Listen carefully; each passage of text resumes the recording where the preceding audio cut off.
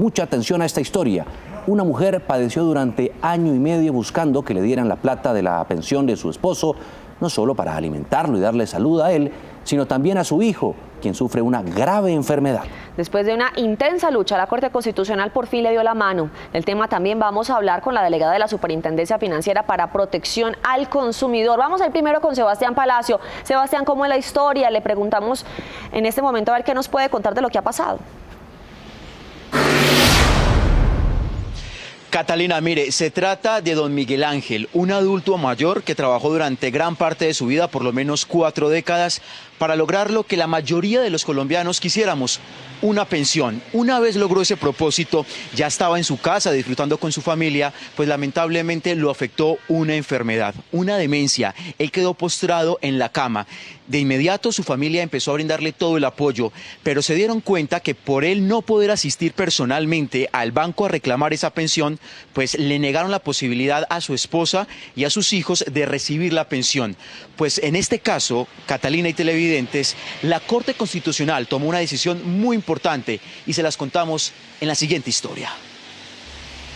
Fijados a su memoria y en algunas fotografías sueltas, María Fabiola y Marcela recuerdan la última vez que don Miguel Ángel, esposo y papá respectivamente, disfrutó de un paseo familiar.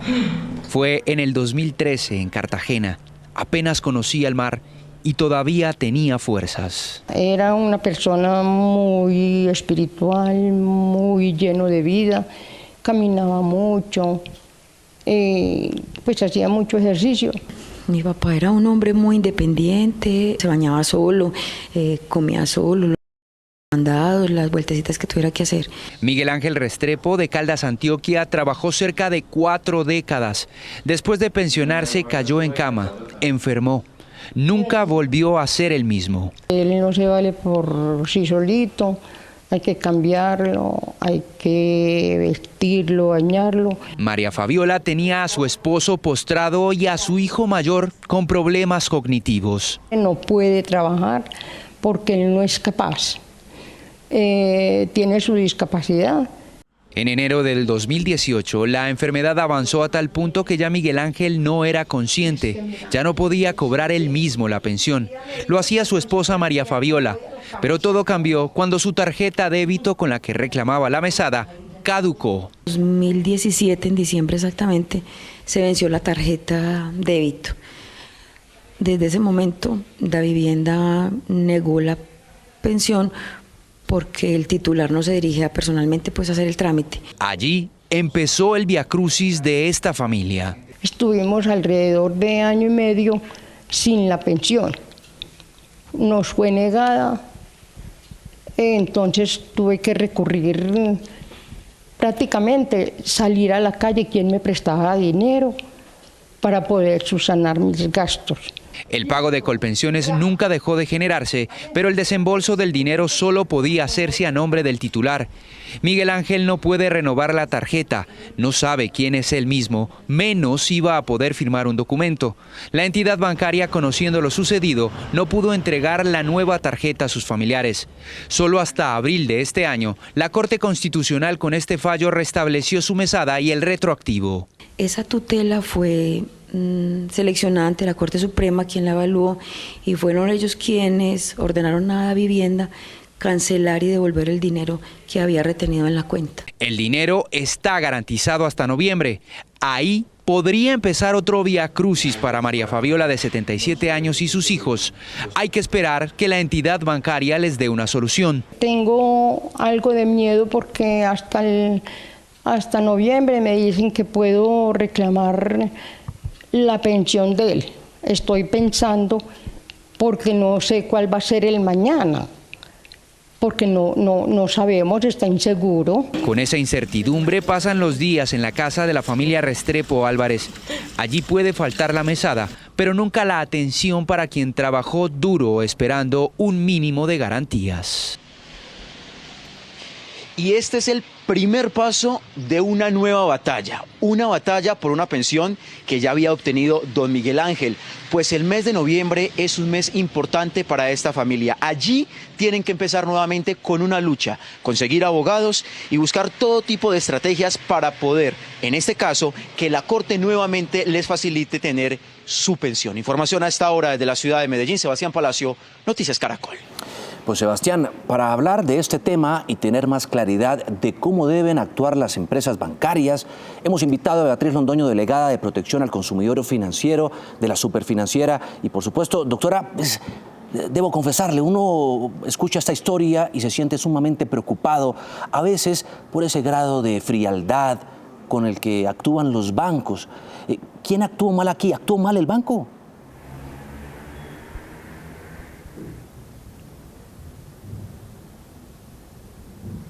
Juan Diego, Catalina, buenos días, televidentes. Primero que todo, un saludo y un agradecimiento por permitirle a la Superintendencia Financiera participar con ustedes en este espacio y dirigirse a la ciudadanía. Mira, aquí tenemos dos situaciones que se deben estudiar en cada caso en particular. Si bien, y tiene toda la razón, la Corte y el juez constitucional ha decidido, no en este sino en varios casos, que cuando se presentan situaciones particulares como la afectación del derecho fundamental a la seguridad social, al mínimo vital y a la dignidad tanto de la persona pensionada como de su familia, temporalmente, una vez ella verifica alguna de esas situaciones, dispone, hasta en este caso, hasta por un periodo de 4 meses, que la entidad financiera haga entrega de los recursos a la persona que actúa y acredita que está haciéndolo como agente oficioso, en este caso su esposa. Pero este mecanismo que lo ejerce y está facultado el juez constitucional es un mecanismo excepcional, porque igualmente tenemos que tener en cuenta que las entidades vigiladas precisamente lo que respaldan es la confianza y la protección de los ahorros, de los recursos de los colombianos.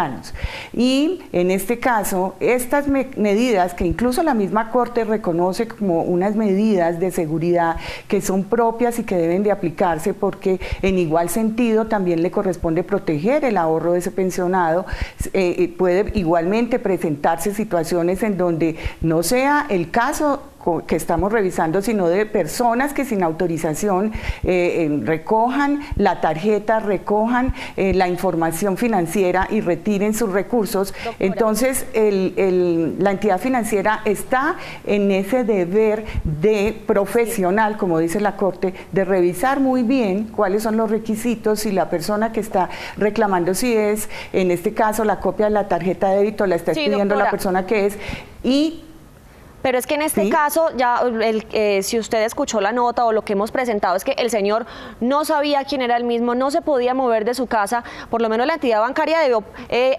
digamos, en términos de proteger los ahorros de esta persona, al menos enviar a alguien, pero poner primero el beneficio del ciudadano que tiene vulnerado un derecho. En ese sentido, las entidades financieras deben actuar ejerciendo y respetando los derechos de los consumidores financieros, como en efecto lo es el ciudadano pensionado.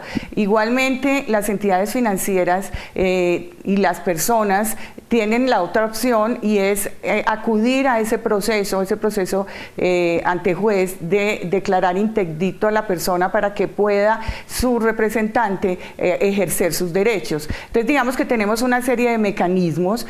Las entidades vigiladas están en el deber de proteger los derechos de los consumidores financieros, actuar en razón a ese trato justo respecto del consumidor financiero. Igualmente están en la obligación de proteger los ahorros del público para evitar que esos recursos sean retirados por personas que no cuentan con nuestra autorización.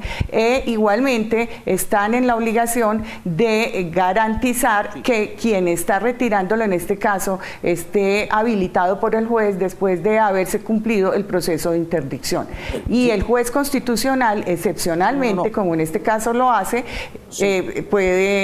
tiene esa obligación y esa función de autorizar la entrega de los recursos. Sí, le entiendo perfectamente. Hay toda una tramitología legal en un país que, entre otras cosas, ha expedido cualquier cantidad de leyes para evitar que actos burocráticos y trámites afecten la dignidad y la vida de las personas, pero uno ve en la práctica que no ocurre. Doctora Londoño, déjeme preguntarle esto. Según ustedes mismos, que son la superfinanciera, quienes vigilan y ponen en cintura a las entidades financieras y bancarias de Colombia, reciben en promedio en un día como hoy aproximadamente 100 quejas de usuarios de los bancos, quienes además manejan la plata de los ciudadanos y que incurren en una serie de irregularidades altísimas. ¿Qué tanto sancionan ustedes a los bancos por cuestiones como esta concretamente? Este es un caso particular, este no es un caso que se presente en la generalidad. Y en efecto, nosotros tenemos un área específica dedicada a atender las quejas de los consumidores financieros, a revisar la situación con las vigiladas y a adelantar los procesos de supervisión que corresponden. En nuestra página de la superintendencia están publicadas las sanciones en las diversas gamas que tenemos para llevar a las entidades vigiladas a que cumplan y a que protejan los derechos de los consumidores financieros. Y eso es precisamente uno de los pilares de nuestra función en la superintendencia, proteger los derechos de los consumidores financieros, y permanentemente estamos en evolución y en mejora, porque lo que queremos es que los consumidores financieros tengan la confianza que la superintendencia está velando por sus derechos, que las entidades vigiladas están evolucionando para dar trato justo, para respetar sus derechos y para que les ofrezcan productos que atiendan sus necesidades y sean adecuados a sus características. Sin duda, y eso está muy bien, pero en este caso a Davivienda, ¿no le cabe un tirón de orejas, una sanción de la super? Vamos a revisar el tema, cada tema se revisa en particular, obviamente vamos a revisar con base en la decisión del juez constitucional y adelantaremos las verificaciones y las actuaciones que correspondan. Lo complicado, doctora Londoño, es que hay solo plazo hasta noviembre, que se vence el plazo que le están dando a esta humilde familia.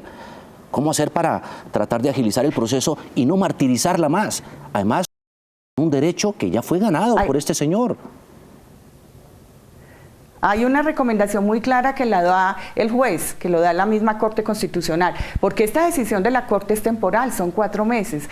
Y la recomendación para la señora es que vuelva a presentar el proceso ante el juez, el proceso para declarar interdicto a su esposo y en consecuencia para que la designen a ella como la persona facultada para representarlo no solamente ante las entidades financieras, sino ante cualquier otro tipo de relación contractual o comercial para que pueda ejercer sus derechos en todos los ámbitos. Eso es súper importante. Con mucho gusto en la Superintendencia Financiera podemos asesorar a la persona, acompañarla en la presentación de la demanda, en la determinación de los requisitos, e igualmente estaremos acompañándola con la entidad vigilada en la revisión de toda la información y en buscar la mejor manera para que esta entidad pueda atender adecuadamente a este consumidor financiero. Pues esperamos, por el bien de esta familia, usted vio el drama, doctora Londoño, que la superfinanciera pues le meta el acelerador al asunto y ayude, cumpliendo